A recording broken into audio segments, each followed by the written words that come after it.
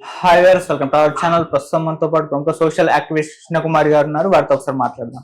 Madam నమస్కారం. Madam madam మంచు ఫ్యామిలీలో మరోసారి విభేదాలు తెరపైకి వచ్చాయి మేడం. మంచు మోహన్ బాబు గారు అండ్ మంచు మనోజ్ గారు వీళ్ళిద్దరూ కూడా ఇంట్లో గొడవ పడ్డారని, మంచు మనోజ్ గారు అయితే గాయాలతో సహా హాస్పిటల్కి వెళ్ళాం, ఆ విజువల్స్ అన్ని కూడా వైరల్ అవుతున్నాయి. సో ఇవాళ కూడా వాళ్ళ ఇంటి దగ్గర మొత్తం హై టెన్షన్ బౌన్సర్లను తీసుకొని కాపలా పెట్టుకోవడం చూస్తున్నాం.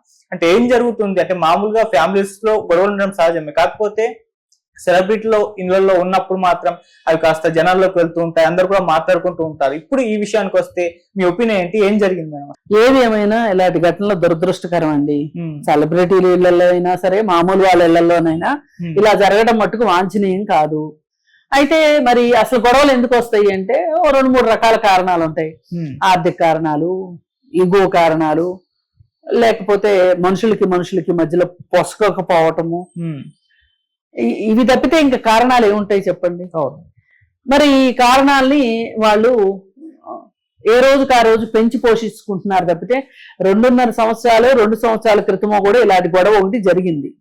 ఆ జరిగినప్పుడైనా సరే ఇది మేల్కొని దీన్ని కొంచెం ఒక పులి స్టాప్ పెట్టే పని ఇంటి పెద్దగా మోహన్ బాబు చేసి ఉండాల్సింది. కానీ అసలు మోహన్ బాబు దగ్గరనే ఒక రకమైన మనస్తత్వం, మనం ఆశించిన మనస్తత్వం ఉండదు. ఆయన కాస్త గొడవలకే సిద్ధం అన్నట్లు ఉంటాడు.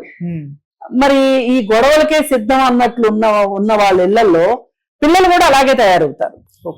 ఎక్కడ తగ్గరు, ఎవరు తగ్గరు, ఒకరి కోసం ఒకరు తగ్గటం అనేది ఉండదు. ఇప్పుడు పిల్లలు ఎప్పుడు కూడా పెద్దవాళ్ళు చెప్పింది వినరు, పెద్దవాళ్ళు చేసింది చేస్తారు.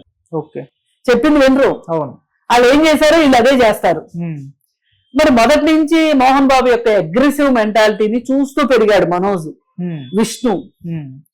అయితే విష్ణు కాస్త గోడ మీద పిల్లిలాగా చాలా తెలివిగా, చాలా అంటే ఒక రకంగా అతను ఒక గుండెలు తీసిన బంటులాగా అతను వ్యవహరిస్తాడు అనేది క్లారిటీ. మోహన్ బాబు కూడా విష్ణు వైపే ఉంటాడు అనేది కూడా అర్థమైపోయింది. ఇప్పుడు తండ్రికి జీ హుజూర్ అన్నట్లుగా విష్ణు ఉంటాడు. అవసరమైతే వ్యక్తిత్వాన్ని చంపుకునైనా సరే వెన్నెముకలేనితనంగా ఉండగలుగుతాడు. అతను ఉంటాడు కాబట్టి అతని దగ్గర పసుకుతుంది. ఇప్పుడు మోహన్ బాబు లాంటి మనస్తత్వం ఉన్న వాళ్ళ దగ్గర ఎవరైనా రెండో వాళ్ళు అణిగిమణిగి ఉంటేనే ఉండగలుగుతారు, ఎదురు తిరిగితే ఉండలేరు. వాళ్ళని ఉండనివ్వడు అతను. మరి ఇలా అణిగిమణిగి ఉంటాడు కాబట్టి విష్ణుతోటి ఆయనకి పొసిగింది. ఇప్పుడు లక్ష్మి అంటే ప్రేమ ఎక్కువ కాబట్టి ఆమె డామినేట్ చేసినా ఆయన ఎంతో కొంత భరిస్తాడు, మళ్ళీ వెంటనే ఆవిడ తగ్గుతుంది, ఏదో వాళ్ళిద్దరికి అలా నడిచిపోతుంది. సరే, ఇదంతా చూస్తూ నా జీవితం ఇంతే, నాకు దక్కిందే ఇది, ఇక నా బతికింతే అని నిర్మల్ గారు కూడా పాపం సర్దుకుపోతుండొచ్చు. కానీ మనం సర్దుకుపోవడానికి ఇష్టంగా లేడు. అలాంటప్పుడు మనం ఎవరి తప్పు ఎవరిది ఒప్పు అంటే, తండ్రిగా సమర్థించుకోవాల్సిన సందర్భం ఇది. పిల్లలు ముగ్గురు సమానం. ఇప్పుడు భార్య ఎంత నలిగిపోతుందో కదా ఈ విషయాల్లో. అటు పెంచింది ఆ ఇద్దరిని, ఆమె కనకపోయినా. ఈ పిల్లోడిని కనింది, పెంచింది. మరి ఆమెకెంత బాధ ఉంటుంది? అసలు ఆమె బాధను వీళ్ళెవరూ ఖాతరు చేయట్లా. ఖాతరు చేస్తే స్టోరీ ఇక్కడ దాకా వచ్చి ఉండేది కాదు. ఇప్పుడు సినిమాల్లో చూపించినట్లు నువ్వు నేను కావాలా, నీకు కొడుకు కావాలా తేల్చుకో అని అన్నాడు అనుకోండి ఒక భర్త ఒక భార్యని, ఆవిడ ఏమంటది? మంగళసూత్రాలు ఇలా తీసి పట్టుకొని వాటిని కళ్ళకద్దుకుని, పతియే ప్రత్యక్ష దైవం అండి, మీ తర్వాతే నాకు పిల్లలు, మీతోనే నాకు స్వర్గమో నరకమో అని చెప్పి మాట్లాడతారు. పాప ఆవిడ కూడా అలా సినిమాల్లో చూపించినట్లే ఆవిడ కూడా ఉండుండొచ్చు పాపం నిర్మల్ గారు. సరే, మనోజ్ అట్లా లేడు. లేకపోవటానికి కూడా మనోజ్ అంత అత్యాస్పరుడైతే కాదు. ఏ మాట కా మాట. మనోజ్కి సొసైటీలో అతనికి ఒక డిఫరెంట్ నేమ్ ఉంది. అతను మంచిగా ఉంటాడని, నలుగురిని కలుపుకుపోయేటట్లు ఉంటాడని, నలుగురిలో తాను ఒకళ్ళ ఉంటాడని, చాలా సింపుల్గా ఉంటాడని, అలాగే ఎవరికన్నా సహాయం చేయాలి అంటే ముందుంటాడని, అలాంటి మనస్తత్వం అతను చూస్తేనే అర్థమైపోతుంటది మనకి. కానీ మరి ఇలాంటి పిల్లవాడితో ఎందుకు తగాదా వస్తుంది ఒక అన్నకు కానీ ఒక తండ్రికి కానీ అంటే, వాళ్ళ స్వార్థం. ఒకళ్ళది పెత్తనము, ఒకళ్ళది స్వార్థం. ఈ రెండింటిని భరించలేకపోతున్నాడు మనోజ్. సింపుల్. వాళ్ళ మధ్యలో గొడవలకి ఇంతకంటే ఇదేం పెద్ద రాకెట్ సైన్స్ ఏం కాదు. ఎవరికి అర్థం కాని విషయం ఏం కాదు, ప్రతి కొంపలోనూ ఉన్న విషయమే. ఏది ఏమైనా ఒక తండ్రిగా పిల్లలందరి పట్ల సమభావం చూపించాల్సిన బాధ్యత మటుకు తండ్రికే ఉంటది, కుటుంబ పెద్దగా. మరి అలాంటిది ఎక్కడో ఏదో ఈక్వేషన్స్ లో తేడా వచ్చింది. చిన్నప్పుడు పిల్లలందరినీ ఒకలానే చూస్తారు తల్లిదండ్రులు, కానీ పెద్ద అయ్యే క్రమంలో కొంతమంది చాలా టక్కరిగా, చాలా మోసమని అయితే అనను కానీ ఒకంత తెలివితోటి తల్లిదండ్రులను ఆకట్టుకునే పిల్లలు ఉంటారు కొంతమంది. తల్లిదండ్రిది తప్పైనా తప్పని చెప్పరు, ముక్కుసూటిగా ఉండరు. వాళ్ళని 24 గంటలు వాళ్ళని ఐస్ చేయటానికి, వాళ్ళని కాకాబట్టడానికి సిద్ధంగా ఉంటారు కొంతమంది పిల్లలు. 4 పిల్లలు ఉన్నారనుకోండి, ఒకళ్ళు ఒక రకంగా, ఒకళ్ళు ఒక రకంగా, ఒకళ్ళు ఒక రకంగా ఉంటారు. ఈ కాకాబట్టే వాళ్ళకి తల్లిదండ్రుల దగ్గర నుంచి కొంచెం ఎక్కువ అందుతూ ఉంటుంది. వాటి కోసం ఇప్పుడు స్వార్థం ఉన్నప్పుడే నాటకాలు కావాలి, స్వార్థం ఉన్నప్పుడే దొంగ నాటకాలు కావాలి, వేషాలు వేయాలి, మాయ చెయ్యాలి, మర్మంగా ఉండాలి. మరి స్వార్థం ఉంది విష్ణుకి, అర్థమైపోతుంది క్లియర్ కట్ గా.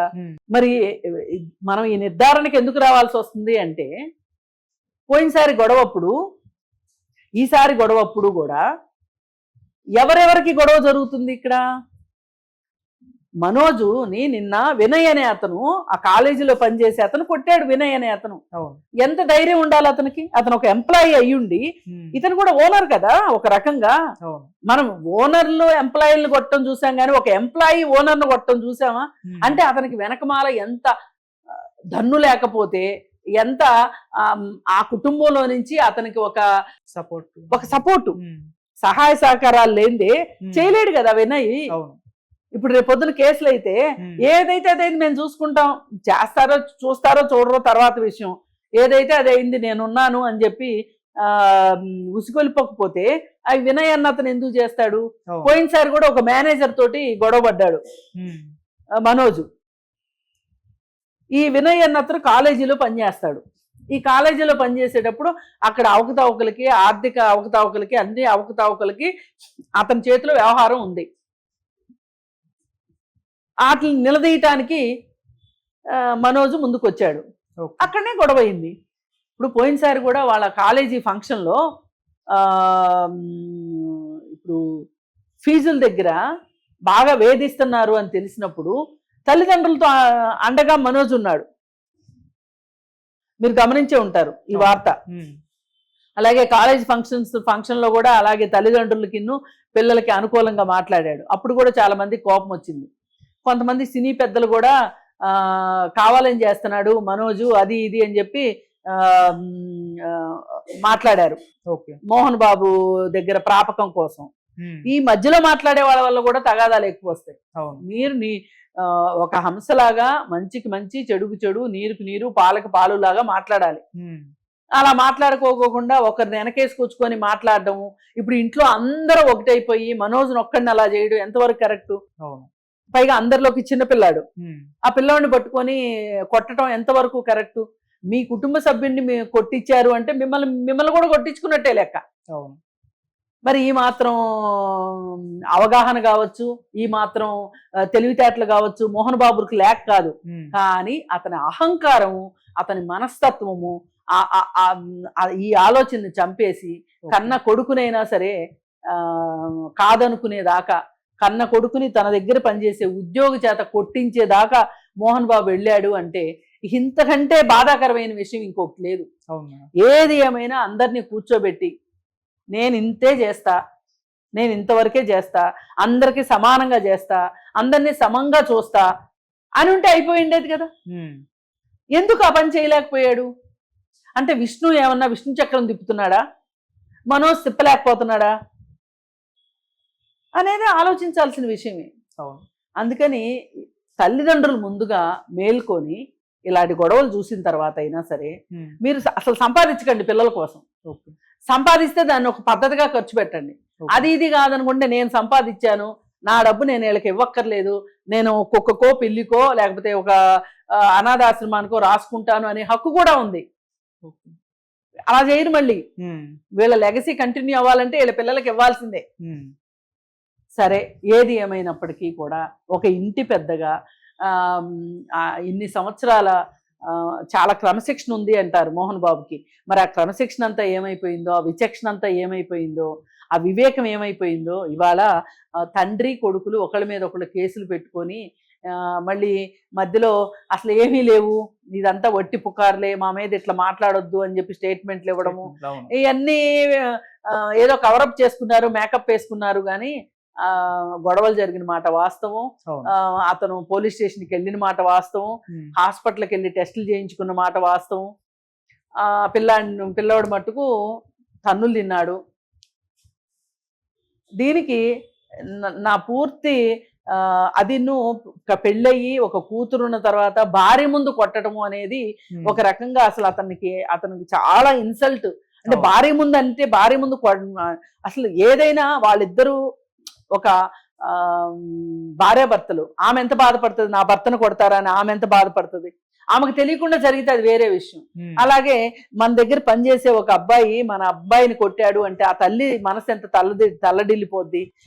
ఒక గొడవ ఎందుకు ఆగాలి అనుకుంటే ఎన్ని కారణాలు ఉన్నాయి.